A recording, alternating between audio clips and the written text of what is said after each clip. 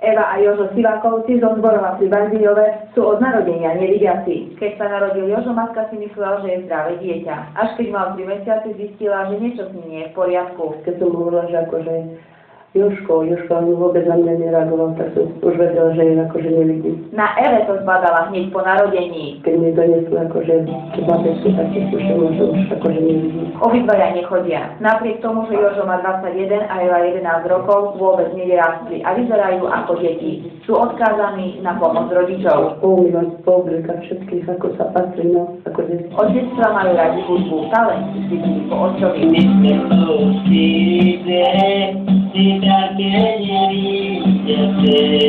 Som zlučil normálne, od seba normálne začali hrať takto ako Jožko, ako ja neviem, či to dá od Boha. Jožo skladá texty piesní a hrá. Mám o malička a stále mi to baví. Počujem a ja to cítim, že takže to treba tam dať niečo. I Bratislava nebudí, za tebou je. Zo zborova pre televíziu Joj Ušlana Kuriusová.